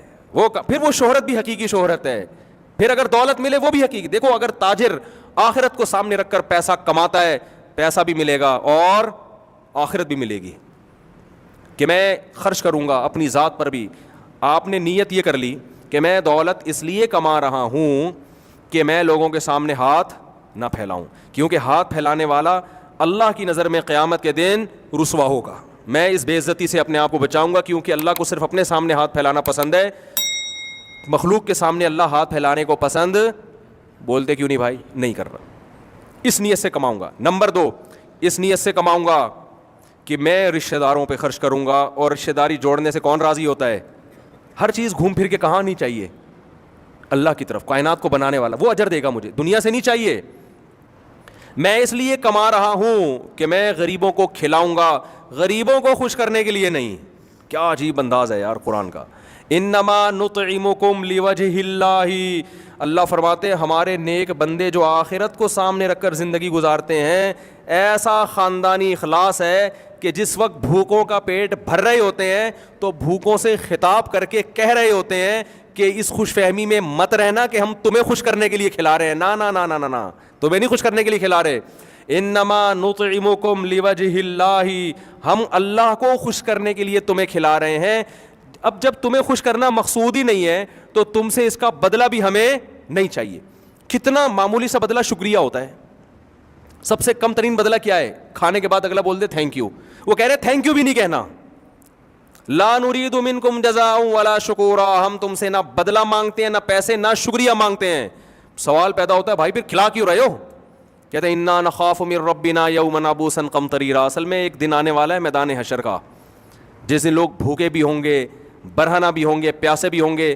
ہمیں خدا نے بتایا ہے کہ جو دنیا میں بھوکوں کا پیٹ بھرے گا, انسانوں کی خواہشات کو پورا کرے گا, کل قیامت کے دن جن مصیبتوں میں عام انسان مبتلا ہوں گے میں اس مصیبتوں سے اس کو نکال لوں گا. حدیث میں آتا ہے نا, قیامت میں اللہ اعلان کرے گا کہاں ہیں وہ لوگ جو میں بھوکا تھا تو انہوں نے مجھے کھلایا, کہاں ہیں وہ لوگ جب میں پیاسا تھا تو انہوں نے مجھے پلایا. تو لوگ کہیں گے اللہ تو کیسے بھوکا ہو سکتا ہے؟ اللہ کہے گا میری مخلوق بھوکی تھی, تو جس نے اس کو کھلایا وہ ایسے ہی ہے جیسے اس نے مجھے کھلایا. رشتہ داری جوڑنا یہ بڑا اہم حکم ہے اسلام کا. خدا کی قسم اگر آپ آخرت کا تصور نہیں ہے نا تو رشتہ داری جوڑنا اس زمانے میں تقریباً ناممکن ہے, کیونکہ مطلب پرست لوگ ہیں. رشتہ دار کا جب تک آپ سے مطلب ہوگا آپ ہٹو بچوں بہت اچھے زندہ باد. جس دن مطلب نہ ہوا وہ ٹھینگا دکھا کے پتلی گلی سے نکل لے گا. بھائی منہ موڑ لیتے ہیں, بہنیں منہ موڑ لیتی ہیں. ابا آج کل لفٹ نہیں کراتے, بچہ اگر کما کے نہیں دے رہا.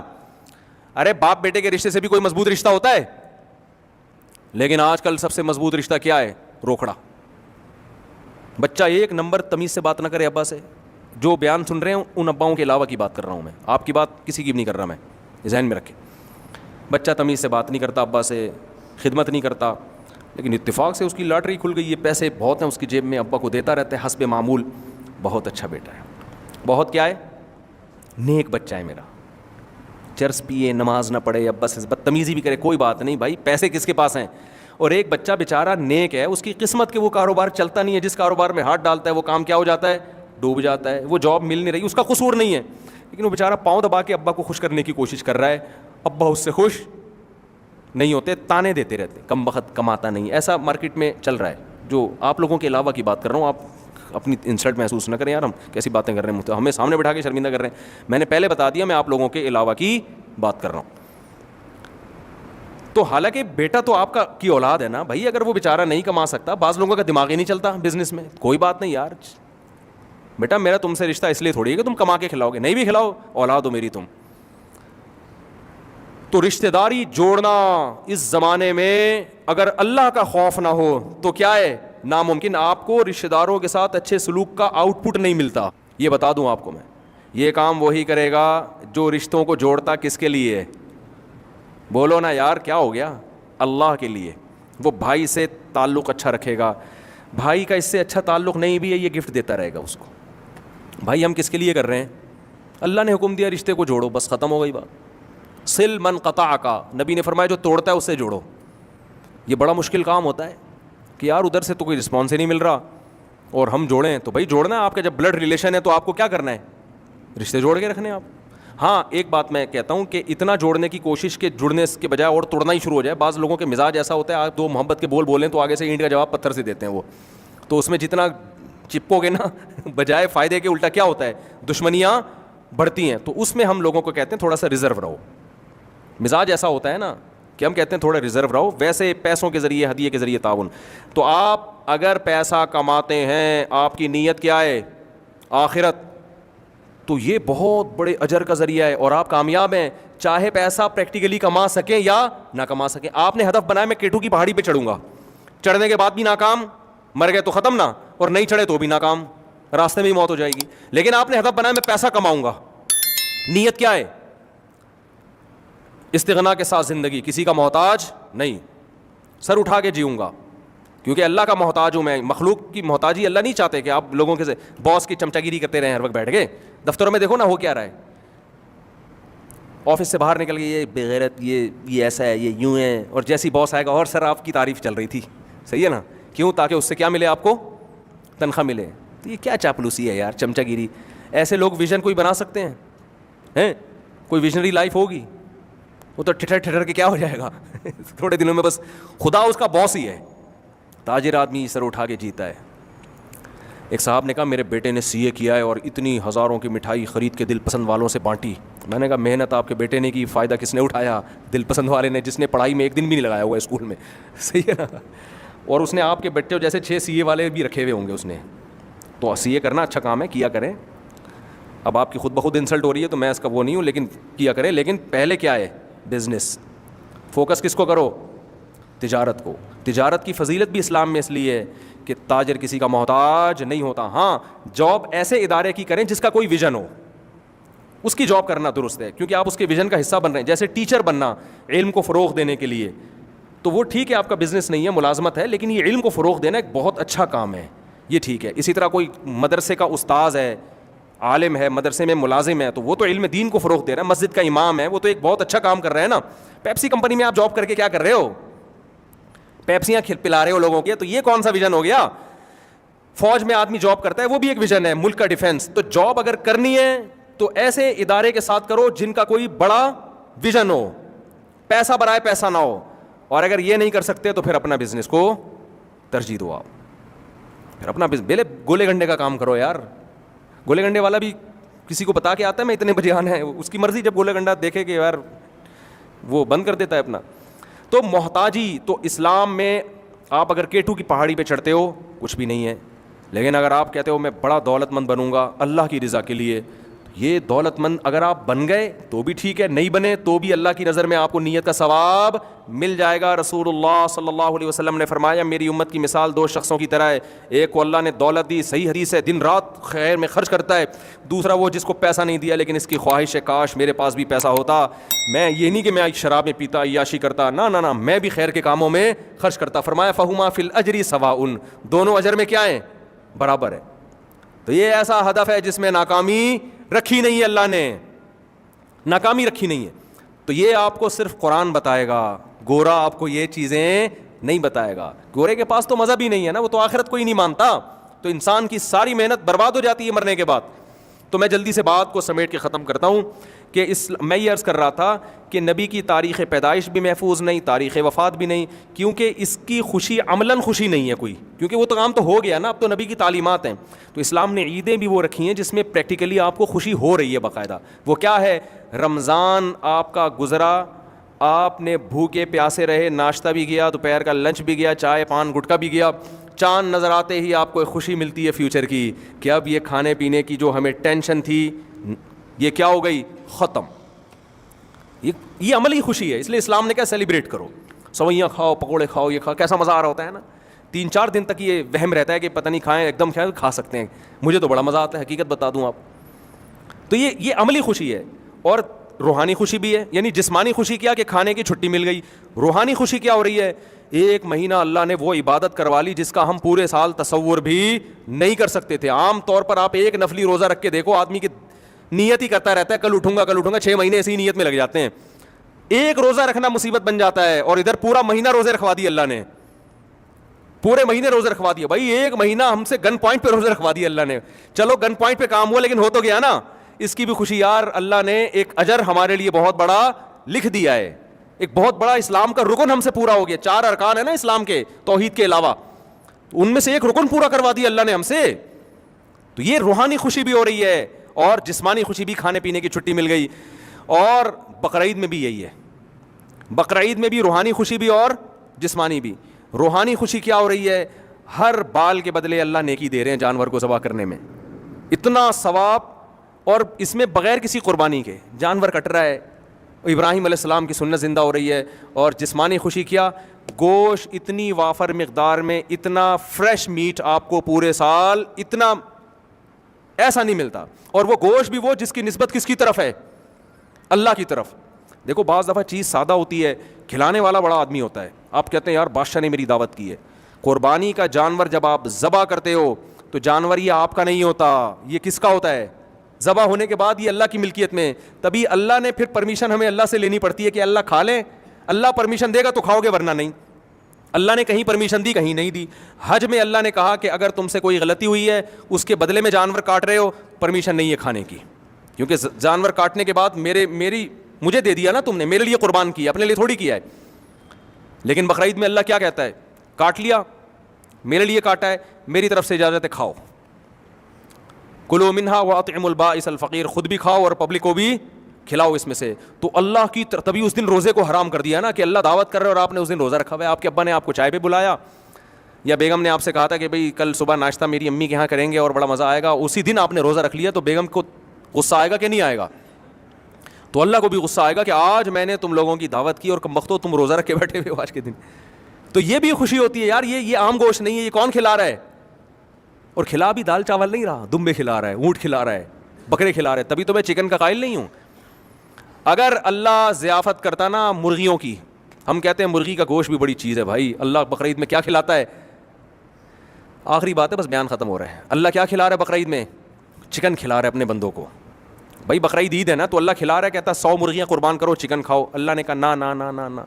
اگر اللہ فش کھلاتا کہ اس دن آج 100 کلو فش خرید کے میرے لیے گویا صدقہ کر دو اور پھر خود بھی کھا لو, تو بھی ہم کہتے ہیں فش کیا ہے, بہت بڑی چیز ہے. کیونکہ اللہ نے پورے سال اللہ کی دعوت صرف 3 دن ہوتی ہے بقرعید میں, اور روزہ تو 4 دن حرام ہے, تو 4 دن دعوت ہے.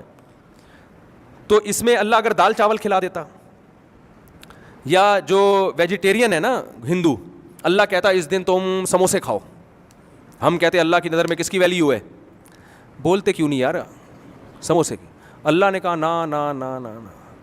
اگر ہم نے تمہیں کہا سبزیاں کھاؤ اس دن, جیسے بعض لوگوں کا نا تہواروں میں وہ سبزیاں کھا رہے ہوتے ہیں, مختلف قسم کی پھل کھا رہے ہوتے ہیں, پھل بھی نہیں. اللہ جب دعوت کرے گا تو کیا کھلائے گا, گوشت. اس میں اللہ نے بزبان حال بتا دیا ہے کہ میری نظر میں انسان کے لیے جو سب سے بہترین خوراک ہے وہ کیا ہے. یار بولنے پہ کیا ہو گیا, گوشت نہیں کھاتے نا تبھی تو آواز نہیں نکل رہی. وہ کون سی خوراک ہے, گوشت. میں جب دعوت کروں گا تو کیا کھلاؤں گا, گوشت. نمبر 2, گوشت میں بھی فش نہیں, گوشت میں بھی مرغی نہیں, دمبا, بکرا, اونٹ یا بچھڑا, گائے. اس سے پتہ چلتا ہے یہ 4 قسم کے گوشت یہ انسانی صحت کے لیے دوسرے جانوروں کی نسبت بہت زیادہ مفید ہیں, کیونکہ اللہ ضیافت میں کم چیز کی سلیکشن نہیں کرے گا.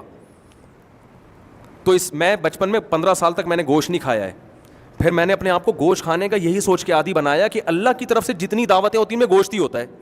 اللہ کی طرف سے کتنی دعوتیں ہوتی ہیں پتہ ہے آپ کو. نمبر 1 بقرعید کی دعوت, یہ اللہ کی طرف سے. اس میں کیا ہے, اللہ کی طرف سے اللہ کے حکم پہ. اس میں کیا ہے, گوشت ہے, اور گوشت بھی ریڈ میٹ ہے, وائٹ میٹ نہیں ہے. دوسری دعوت اسلام میں عقیقے کی. بچہ پیدا ہو جائے تو حدیث میں آتا ہے کیا کاٹو, مرغیاں کاٹو. ابے کیا ہو گیا, ہم عقیقہ جو کرتے ہیں, جو بچے کی پیدائش پہ فیملی پلاننگ والوں کو منہ چڑھانے کے لیے جو ہم دعوتیں کر رہے ہوتے ہیں, فیملی پلاننگ والے کو تو کہتے ہیں 8واں بچہ پیدا ہو گیا, ہائے دنیا میں غربت. ہم کہتے ہیں ابھی تو ہم غربت بڑھائیں گے, 2 بکرے اور کٹیں گے, ٹھیک ہے نا. 12ویں بچے پر بھی 2 بکرے ہیں. اس سے پتہ چلتا ہے کہ 12واں بچہ بھی گاڈ گفٹیڈ ہے, اور اللہ کہہ رہے ہیں اس میں غم نہیں منانا بلکہ اس میں خوشی میں بکرے کاٹ کے پبلک کو کھلانا بھی, خود بھی کھانا ہے, سیلیبریٹ کرنا ہے اس کو. لیکن سیلیبریٹ میں کیک نہیں کٹے گا, کیک تو گورے کھاتے ہیں, کوئی کھانے کی چیز ہے کیک. بچے کی پیدائش پہ دال چاول نہیں پکیں گے, دال چاول تو ہندو کھاتا ہے, ہندو کو کھائے گا دال چاول, کھانے دو اس کو, وہ سبزیاں کھائے گا, ویجیٹیرین ہے. اللہ کہے گا میری, دیکھو تم خود سے دعوتیں کرتے ہو نا, وہ اپنی جو مرضی کھلانا کھلاؤ, تم آج پہلے نمبر سے پاس ہو گئے, تمہاری مرضی, کیک کھلاؤ, دال چاول کھلاؤ یا چکن روسٹ بنا لو, تمہارے ہیڈک ہے. لیکن بچہ پیدا ہو رہا ہے تو اللہ کو بھی خوشی ہو رہی ہے کہ ایک مسلمان دنیا میں کیا ہو گیا, بڑھ گیا, اور نسل بڑھ رہی ہے. جس اس کائنات کو بنایا انسان کے لیے, اللہ کو خوشی ہو رہی ہے تو کھلانا وہ پڑے گا جو اللہ حکم دے گا. جیسے باپ کو کسی دن بہت زیادہ خوشی ہو, لیکن باپ کے پاس پیسے نہیں ہے, وہ بیٹے سے کہتا ہے بیٹا دعوت کرو, تو دعوت میں چلو باپ پیسے آپ کے خرچ کروا رہا ہے, لیکن دعوت میں کھلاؤ گے وہ نا جو کیا چاہے, کون چاہے گا, باپ. باپ کہے گا تو میری دعوت ہے نا, تو بیٹا جو میں کہہ رہا ہوں وہ کھلاؤ, تم اپنی طرف سے کھلا رہے ہو یار. تو اللہ کے پاس تو خزانے ہیں, لیکن اللہ خرچہ ہم سے کرواتا ہے, لیکن حکم کون دے رہا ہے, اللہ. اللہ کہہ رہے ہیں یہ خرچہ میں کروا رہا ہوں, لیکن یہ میں ریٹرن دے دوں گا فی الحال, ٹھیک ہے نا, آخرت میں مل جائے گا. تو بچہ پیدا ہوا ہے تو کیا کٹے گا, مچھلی نہیں کھلانی اور چکن نہیں کھلانا, دیسی مرغے بھی نہیں کھلاؤ گے تو کیا, بکرا یا اونٹ. عقیقے میں بکرا چلتا ہے, اونٹ چلتا ہے, دمبے چلتے ہیں, گائے چلتی ہے, بچھڑا چلتا ہے, لڑکے پہ 2 لڑکی پہ 1. تو یہاں بھی اللہ کیا کھلا رہا ہے, ریڈ میٹ. اور ایک اور دعوت ہوتی ہے اللہ کی طرف سے ولیمے کی, یہ بھی خدا نے حکم دیا. نبی صلی اللہ علیہ وسلم نے فرمایا کہ جو ولیمہ کی طرف بلائے اور دعوت قبول نہ کرے ولیمے کی, اس نے اللہ اس کے رسول کی نافرمانی کی. اتنی اہم دعوت ہے. نبی نے کبھی کسی کی دعوت نہیں کی ہے سوائے ولیمے کے, پیغمبروں کی سنت. تو یہاں بھی کیا ہے, دال چاول یا بریانی کے ولیمے, چکن بریانی کا ولیمہ نہیں ہوتا. کر لو تو ثواب مل جائے گا, یہ نہیں کہ ولیمے سے ہی غائب ہو جائیں. لیکن حدیث میں کیا آتا ہے, اولم ولو بشاتن, فرمایا ولیمہ کرو اگرچہ ایک بکرا کیوں نہ ہو. وہاں بھی کیا آ رہا ہے, تبھی علماء, بعض علماء کا یہ قول ہے کہ اگر آپ جانور ذبح کرتے ہو نا بقرعید کا, تو اس میں 3 نیتیں ہو سکتی ہیں. بقرعید کا جانور آپ ذبح کر رہے ہو, ایک حصہ اس میں قربانی کا ہے, جائز ہے, ایک حصہ اس میں عقیقے کا ہے, جائز ہے. امام محمد جو ابو حنیفہ کے رحمہ اللہ کے شاگرد ہیں, وہ کہتے ہیں اگر ایک حصہ اس میں ولیمے کا بھی ڈال دیا تو بھی جائز ہے, کیونکہ یہ تینوں عبادت ہیں. لیکن آپ نے جانور کی قربانی کی بقرعید والے دن, ایک حصہ بقرعید کا, ایک حصہ ولیمے کا, ایک حصہ عقیقے کا, ایک حصہ آپ نے کہا یار میرے ابا آئے ہوئے ہیں یا میرا بیٹا لاہور سے آ رہا ہے, اس کی خوشی میں ایک حصہ وہ پبلک کو, پورا جانور بیکار ہو گیا آپ کا. بیکار کا مطلب گوشت تو حلال ہے, لیکن وہ نہ بقرعید ہوئی اس میں, یعنی بقرعید کا پھر وہ قربانی نہیں کہلائے گی, کیونکہ آپ نے ایک حصہ اس میں ایسا ڈال دیا جس میں عبادت کا عنصر نہیں ہے. وہ تو آپ کی اپنی خوشی ہے, عبادت کا عنصر نہیں ہے. عبادت کا عنصر 3 قسم کے دعوتوں میں, ایک ولیمے میں, ایک عقیقے میں, اور ایک جو بقرعید کو ہم جانور ذبح کرتے ہیں اس کھانے میں بھی عبادت کا عنصر ہے. تو ایک جانور پورا یا تو بطور عبادت کٹے گا یا پورا بغیر عبادت کے طور پہ. ایسا نہیں ہو سکتا کہ آدھا حصہ عبادت کے طور پہ آدھا حصہ بغیر عبادت کے, یہ نہیں ہو سکتا. تو میں یہ سوچتا تھا کہ یار اس کا مطلب ہے کہ اسلام گن پوائنٹ پہ ہمیں ریڈ میٹ کھلا رہا ہے, صحیح ہے نا. تو مسلمان ویجیٹیرین ہو ہی نہیں سکتا. آپ کہو گے ڈاکٹر صاحب کوئی بیٹھے ہوئے ہوں گے یار یہی تو مسئلہ ہے, ریڈ میٹ کھلا کھلا کے لوگوں کو ہارٹ پیشنٹ بنا دیا. تو ہارٹ پیشنٹ اس لیے بن گئے ہیں کہ گوشت کھا رہے ہیں, کام بھیڑوں والے اور دمبے والے کر رہے ہیں, کام وہ کر رہے ہیں جو ویجیٹیرین کے ہوتے ہیں. نہیں آ رہی بات, میرا خیال ہے سمجھ میں. کام وہ کر رہے ہیں جو گوشت خوروں کے, یعنی آدھا اسلام لے رہے ہیں نا, گوشت اسلام سے لے لیا, ریڈ میٹ. لیکن آگے بھی بہت ساری چیزیں جو اسلام کا حکم ہے, گھڑ سواری اور تیراکی, میدان جنگ میں لڑنا, 4 شادیاں معذرت کے ساتھ نکل نہیں رہا تھا منہ سے, لیکن اب کیا کریں یار, یہ بھی تو اسلام میں ہے نا, ہندوؤں میں تھوڑی ہے, عیسائیوں میں تھوڑی ہے.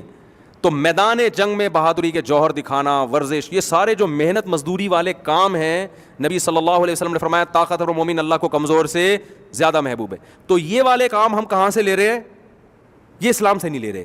تو وہ جب آدھا حکم اسلام کا لیں گے آدھا نہیں لیں گے تو اس کے سائڈ افیکٹ تو بہرحال ظاہر ہوں گے. تو ہمارے حضرت فرمایا کرتے تھے یا تو گوشت کھانا چھوڑ دو بھائی, اور اگر گوشت کھا رہے ہو تو پھر وہ کام کرو جو گوشت خوروں کے ہوتے ہیں. جتنے جنگل میں جانور گوشت خور ہوتے ہیں ان کی ایکٹیویٹیز میں بڑا فرق ہوتا ہے, اور جو ویجیٹیرین ہوتے ہیں ان کی ایکٹیویٹیز اور طرح کی ہوتی ہیں. بکریاں اور ہرن سبزیاں کھاتے ہیں, وہ چنگھاڑتے نہیں ہیں, وہ بھاگنے کو زیادہ فوکس کرتے ہیں, ٹھیک ہے نا. کوئی ان کے پیچھے بھاگ رہا ہوتا ہے, وہ کہاں بھاگ رہے ہوتے ہیں, آگے آگے. شیر کیا کرتا ہے, گوشت کھاتا ہے. شیر ایسا نہیں ہے کہ کوئی اس کے پیچھے بھاگ رہا اور وہ آگے آگے بھاگ رہا ہو, شیر کسی اور کے پیچھے بھاگ رہا ہوتا ہے, کیونکہ گوشت کھانے والا وہ تو پلٹ بھی سکتا ہے, جھپٹ بھی سکتا ہے, چیر پھاڑ بھی کر سکتا ہے, تو وہ ملک کا ڈیفینس کر سکتا ہے. وہ ابھے نندن کو نیچے آنے کا مشورہ دے سکتا ہے. ابھے نندن کے میں خلاف نہیں ہوں, بڑے زبردست بیان کیا انہوں نے, سبزی کھا کے بھی اتنا اچھا بیان کیا, سلام ہے بھائی. وہ لوگ گوشت میرے خیال نہیں کھاتے, لیکن پاکستان کی بڑی تعریف کی ہے, پاکستان آرمی کی بھی, تو ابھی نندن کو کوئی میرا سلام پہنچا دے. میں حیران ہوں کہ سبزی کھا کے بھی ماشاءاللہ اتنا خاندانی بیان. لیکن بہرحال جب گوشت خور اور سبزی خور کا فضاؤں میں مقابلہ ہوگا تو غالب سبزی نہیں آئے گی, غالب کیا آئے گا؟ گوشت آئے گا, ریڈ میٹ آئے گا, چکن نہیں. اور آخری باتیں کرو, آپ کو جلدی ہو رہی ہے نا, میں نے کہا تھا یا تو مجھے بٹھاؤ نہیں, پھر بٹھاتے ہو تو پھر پولیس آتی ہے مجھے اٹھانے کے لیے. اور دوسری بات یہ ہے کہ گوشت خور اور سبزی خور کا جب بالنگ میں مقابلہ ہوگا تو بھی کون جیتے گا؟ گوشت خور. شعیب اختر کا نام اسپیڈ اختر بھی ہے نا, پیار سے اسپیڈ اختر. تو کسی نے انڈیا کے کسی کھلاڑی سے پوچھا تھا کہ اتنا فاسٹ بالر ہے, آپ کیوں نہیں اتنے فاسٹ بالر پیدا کرتے؟ تو انڈیا کے کوئی کھلاڑی کا نام مجھے یاد نہیں ہے, اس نے کہا تھا بھائی وہ گوشت کھاتے ہیں اور ہم کیا کھاتے ہیں؟ بولو نا, سبزی. ایک اور چٹکلا سنا دوں, بالکل فریش ہو کے گھر جائیں گے آپ لوگ. ہمارے ہاں اسلام اخبار نکلتا تھا کہ نکلتا ہے میرا خیال ہے, اب تک بھی نکل رہا ہے. تو مفتی ابو لبابہ صاحب اس میں رات کو نا اخبار میں جس دن نکلنا ہوتا تھا نا, صبح اتوار کو پوری ٹیم رات کو عملے کی بیٹھی ہوئی ہے, تو انتظامیہ سے کہا ہوا تھا کہ آج کام زیادہ ہوتا ہے تو کھانا اچھا ہونا چاہیے, گوشت ہونا چاہیے, کھانا اچھا ہونا چاہیے, کیونکہ آج ورکنگ ڈے ہے تو اس میں کھانا ذرا تمیز کا ہونا چاہیے. ایک دن وہ انتظامیہ نے کیا کیا, صبح اخبار نکلنا ہے, کھانا ان کو کوئی دال چاول ٹائپ کی, میں دال چاول بہت شوق سے کھاتا ہوں لیکن ایک مثال دے رہا ہوں کہ وہ کہیں سبزی وبزی لا کے رکھ دی. صبح کیا ہوا ہے, اخبار جب مارکیٹ میں گیا ہے تو پرنٹ دھندلا, خبریں کیا آ رہی ہیں, دھندلی, نظر ہی نہیں آ رہی, اور وہ انتظامی حرکت نہیں آ رہی, یہ کیا ہو رہا ہے؟ تو حضرت مفتی ابو لبابہ صاحب میرے استاذ ہیں, انہوں نے فرمایا کہ جب دال کھلاؤ گے تو پرنٹ کیا آئے گا؟ جب دال کھلاؤ گے تو پرنٹ کیا آئے گا بھائی؟ دھندلا آئے گا. تو پرنٹ اگر صاف نکلوانا چاہتے ہو تو جو ملازمین ہیں ان کو کیا کھلانا پڑے گا؟ گوشت. تو اگر آپ کو 4 شادیوں کا فلسفہ سمجھنا ہے تو اس کے لیے آپ کو کیا کھانا پڑے گا میرے بھائی؟ گوشت. پھر پرنٹ کیا آئے گا؟ پھر پرنٹ دھندلا نہیں آئے گا. اگر آپ چاہتے ہو, دیکھو جتنے باڈی بلڈر ہیں میٹ کھاتے ہیں نا, گوشت کھاتے ہیں ماس پیدا کرنے کے لیے, تو خیر یہ کہاں سے کہاں بات چلی گئی. تو اللہ تعالیٰ نے ہمیں جو دین اور مذہب دیا, اسلام دیا, تو میں آپ سے جو بیان لے کے چلا تھا بس اس کو ختم کرتا ہوں. ہماری پریکٹیکل لائف کو سدھارا جا رہا ہے. ہمیں کسی کے دن, موت کا دن کیا تھا, پیدائش کا دن کیا تھا, ان بکھیڑوں میں نہیں الجھایا جا رہا. اور آج مسلمان عملی زندگی سے دور ہو گیا ہے. آپ دیکھو بہنوں کی وراثت کھا کے بیٹھے ہوئے ہیں, بیوی کا مہر پی کے بیٹھے ہوئے ہیں, لیکن آپ دیکھو ربیع الاول میں ان کے عشق مصطفیٰ کو تو دیکھو آپ. میں ایسے لوگوں کو جانتا ہوں مسجد کا چندہ کھا کے عمرہ کرنے گئے ہوئے ہیں, ماشاء اللہ, عمرہ کر کے, کس مسجد کے چندے کھا کے عمرہ کرنے گئے ہوئے ہیں. ایک عجیب بات ہے, لوگ کہتے ہیں پاکستان دنیا کا وہ ملک ہے جس میں عمرہ کرنے والے سب سے زیادہ ہیں, بڑی اچھی بات ہے, لیکن کرپشن بھی ماشاء اللہ ہول سیل کے حساب سے زیادہ ہے. یہ عمرہ آپ کی پریکٹیکل لائف میں کوئی چینجنگ نہیں لا رہا. اس کا مطلب یہ وہ والا عمرہ نہیں ہے جو آپ صلی اللہ علیہ وسلم کیا کرتے تھے. حضرت عمر رضی اللہ تعالی عنہ اسلام لانے سے پہلے ایسے سخت دل تھے, اللہ یہ واقعہ سناتے ہوئے بھی اچھا نہیں لگتا لیکن ایک اسلام کا حسن ہے, کہ کہا جاتا ہے کہ اپنی بیٹی کو زندہ دفن کیا تھا. ان عربوں میں شامل تھے جو بیٹیوں کو زندہ درگور کیا کرتے تھے, لیکن جب اسلام لائے ہیں تو بادشاہ بننے کے باوجود راشن کا بورا اپنے کندھے پہ ڈال کے رات کو گلیوں میں گشت کر رہے ہیں کہ اگر کوئی مدینہ میں بھوکا سویا تو سوال کس سے ہوگا؟ مجھ سے, اور میرے پاس اس کا جواب نہیں ہے. یہ آخرت کی فکر ہے جس نے ان کو ایسا بنا دیا. تو ہمارے عمرے آخرت کے لیے میرا خیال ہے نہیں ہو رہے, ہمارے حج آخرت کے لیے نہیں ہو رہے, ایک انٹرٹینمنٹ ٹائپ کی چیز بن چکی ہے یہ. بلکہ جو عمرہ کروانے والی ایجنسیاں ہیں, معاذ اللہ, اللہ معاف فرمائے, شاید سب سے کرپٹ یہ ہوں تو میرا دعویٰ جھوٹا نہیں ہوگا. یہ بتاتے کچھ ہیں, وہاں جا کے دکھاتے کچھ اور ہے. تو مسلمان کو اپنے مالی معاملات میں ایک نمبر ہونے کی ضرورت ہے. اس کے بغیر اللہ آپ کا اسلام قبول نہیں کرے گا. نفل عبادت کم ہو جائے لیکن آپ گناہوں سے بچ جائیں, یہ زیادہ اچھا ہے بنسبت اس کے کہ آپ اپنے اعمال میں عبادتوں کے پورے پوٹلے کے لے کے جا رہے ہوں, لیکن ادھر کسی کا پیسہ کھایا, ادھر کسی کے ساتھ ناانصافی کی, ادھر 2 نمبری کی آپ نے. اتنی دو نمبری کی آپ کی سوچ ہوگی. مجھے بہت لوگوں سے واسطہ پڑا ہے زندگی میں, تو تاریخوں میں نہیں الجھایا. تو اللہ نے آدم علیہ السلام کا جو واقعہ بیان کیا نا, اس کی ڈیٹ نہیں بیان کی ہے, اس لیے کہ بھائی اس واقعے سے جو سبق مل رہا ہے وہ لو, تمہیں کیا کرنا ہے, یعنی حضرت مسیح علیہ السلام سے کتنے ہزار سال پہلے یہ واقعہ ہوتا ہے, اسے تمہیں کرنا کیا ہے. تو واقعی کہ جس کو فوکس کیا جا رہا ہے کہ جس شیطان نے آدم کو جنت سے نکلوایا تھا, جو میں نے آیت پڑھی ہے نا, اے بنی آدم یہی شیطان تمہارے پیچھے پڑا ہوا ہے اور تمہیں عمل سے غافل کرنے میں لگا ہوا ہے, اور ہر ایک کا شیطان اسی حساب سے اس کو ورغلاتا ہے. علماء کہتے ہیں, ہم نے علماء سے سنا ہے کہ دینداروں کا شیطان اسی طرح سے حملہ کرتا ہے. وہ آپ کو نماز سے نہیں ہٹائے گا, وہ آپ کو عشق مصطفیٰ سے نہیں ہٹائے گا, وہ عشق مصطفیٰ کے دھوکے میں ڈال کے آپ کو گمراہ کرے گا. آپ سمجھو گے کہ یار نبی کا نام سنتے ہی میری آنکھوں سے آنسو نکل آتے ہیں تو میں تو عاشق ہوں. وہ نہیں پتہ آپ کو کہ بھائی آپ کے معاملات کیا ہیں. آپ معاملات میں 2 نمبر ہیں. آپ جھوٹ بول کے مال بیچتے ہیں. آپ بہنوں کی وراثت کے تو ایسے جھگڑے ہیں کہ آپ کی سوچ ہوگی. کوئی بھی شریعت پہ آنے کے لیے تیار نہیں. باپ بھی وراثت کھاتے ہیں. ابھی ایک کیس میرے پاس آیا کہ ماں کا انتقال ہو گیا, بچوں کی وراثت ہے نا, ماں کی ابا نہیں دے رہے. تو کیس میرے پاس آیا, بیٹا ابا سے کہہ رہا ہے ابا جو میرا حصہ بنتا ہے, میں بالغ ہوں, مجھے 2. ابا کہہ رہے نہیں میں تمہارا باپ ہوں, میں زندہ ہوں. تو میں نے کہا باپ غلط کر رہا ہے بھائی. تو باپ کہہ رہا ہے بھائی میں جب باپ ہوں تو میں ہوں نا. تو یہ بات اللہ کو معلوم نہیں تھی ہے. جب اللہ اس بیٹے کو ماں کی جائیداد میں حصہ دے رہے ہیں تو اس کا مطلب یہاں ظلم کون کر رہا ہے؟ باپ جو ہے وہ اللہ سے آگے نکلنے کی کوشش کر رہا ہے. تو جتنا باپ کا حصہ کتنا ہے 1/4. اللہ نے کہا بیوہ کے مال میں شوہر کا حصہ کتنا ہے 1/4. 3 حصے کس کے ہیں؟ بچوں کے ہیں. تو اللہ سے آپ آگے نکلنے کی کوشش کر رہے ہو. تو اسلام اتنا ہی استعمال ہو رہا ہے. اچھا وہ ابا جو ہے نا ویسے مفتیوں کے پاس جائیں گے کہ اولاد کو میرے حقوق سکھائیں. اولاد کو کیا سکھائیں؟ میرے حقوق, کہ ابا کی کیا حقوق ہیں, ابا سے اف بھی نہیں کیا جاتا اور ابا سے یہ بھی نہیں. تو میں نے ان کو پیغام بھجوا دیا کہ ابا کے ساتھ اف کرنے کی اجازت نہیں ہے, لیکن ابا کو بھی بچوں کا مال کھانے کی اجازت نہیں ہے. یہ بچوں کا ہے, یہ ابا کا نہیں ہے. یہی کام ابا کے مرنے کے بعد اماں کر رہی ہوتی ہیں. وہ کہتی ہیں جب تک میں زندہ ہوں اس گھر کے ٹکڑے نہیں ہوں گے. اب بھائی اماں آپ 20 سال کے بعد اگر دنیا سے گئیں تو یہ بچے آج یہ پیسہ بزنس میں لگا کے 20 سال بعد کہاں پہنچے ہوئے ہوں گے؟ 20 سال کے بعد کیا یہ بچوں کے پاس کچھ کھانے کا ٹائم نہیں بچے گا اور کچھ بزنس میں لگانے کا ٹائم نہیں بچے گا. ایک کیس میرے پاس آیا کہ وہ اماں نے قبضہ کیا ہوا تھا ساری وراثت پہ, اور وہ کہنی تھی میں جب تک زندہ ہوں کچھ نہیں ہوگا, اور میں ماں ہوں, میں دعائیں دوں گی, میں یوں کروں گی. میں نے اس سے کہا, میں نے اس خاتون سے کہا, میں نے کہا دیکھیں آپ کے بچوں کی 24-25 سال ابھی ایج ہے, ابھی ان کے ہاتھ میں پیسہ آئے گا, یہ انویسٹ کریں گے, 10-20 سال میں کیا سے کیا کر جائیں گے, اور آپ کے مرنے کا اگر انتظار کریں گے تو یہ تو خود بڑھاپے کے قریب کھڑے ہوئے ہوں گے. تو اس پیسے سے ان کو جوانی تو گزر گئی بغیر پیسے کے, اب بڑھاپے میں انویسٹمنٹ کر کے ملے گا بھی کیا ان کو؟ کھانے کا ٹائم تو جوانی ہوتی ہے نا, جب دانت ہیں تو بادام کھاؤ گے نا. بادام ایسے عمر میں مل رہے ہیں جب آپ کے منہ میں دانت ہے ہی نہیں چبانے کے لیے.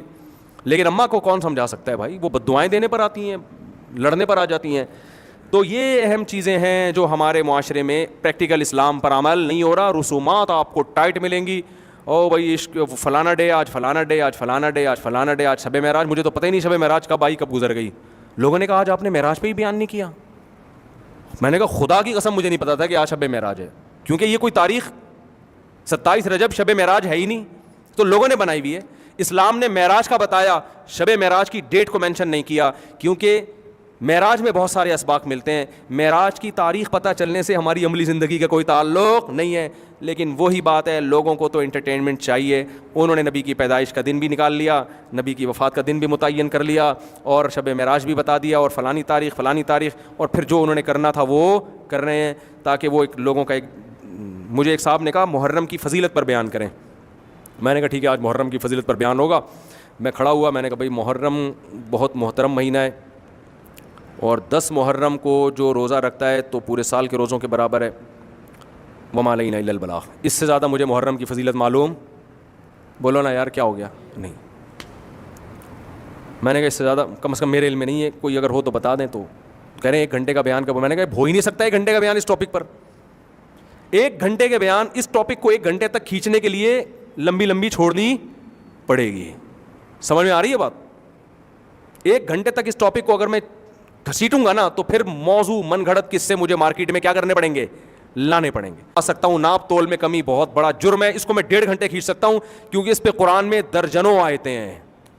قرآن میں اس میں درجنوں آیتیں ہیں, حدیث میں تو درجنوں حدیثیں ہیں, اور صحابہ تابعین کے واقعات ہیں. نبی مارکیٹوں میں جا رہے ہیں, آپ صلی اللہ علیہ وسلم نے گندم کو اٹھایا, اوپر خوش گندم تھی, نیچے ہاتھ ڈالا تو گیلی گندم. آپ نے فرمایا تم کسٹمر کو دھوکہ دے رہے ہو, من غش فلیس منا, جو دھوکے باز ہے وہ ہم میں سے نہیں ہے. وہ تو سمجھے گا وہ سبزی منڈی میں ہوتا ہے کہ نہیں ہوتا, اوپر کیسے خوبصورت کینو ہوتے ہیں, آپ ذرا گھر میں لے کر آؤ, اندر سے کیا نکلتا ہے صحیح ہے کہ اندر سے کیا نکلتا ہے. اس ٹاپک پر 1.5 گھنٹے بات ہو جائے گی, مگر لوگوں کو ایسے ٹاپک اچھے نہیں لگتے. ان کو محرم میں محرم چاہیے, ربیع الاول میں ربیع الاول چاہیے, اور رجب میں کنڈوں کی فضیلت چاہیے ان کو, اور سفر میں نحوست کے بیان چاہیے کہ سفر منحوس ہوتا ہے, اس میں یہ ہوتا ہے, اس میں یوں ہو گیا تھا, ٹاپک ڈرامہ چل رہا ہے. عملی زندگی سے آدمی کیا ہوتا جا رہا ہے, پیچھے ہوتا جا رہا ہے. اللہ تعالیٰ ہمیں ہدایت دے, سمجھنے کی, عمل کی توفیق عطا فرمائے. گوشت کھائیں مگر اپنی ذمہ داری پہ کھائیں. وما علینا الا البلاغ.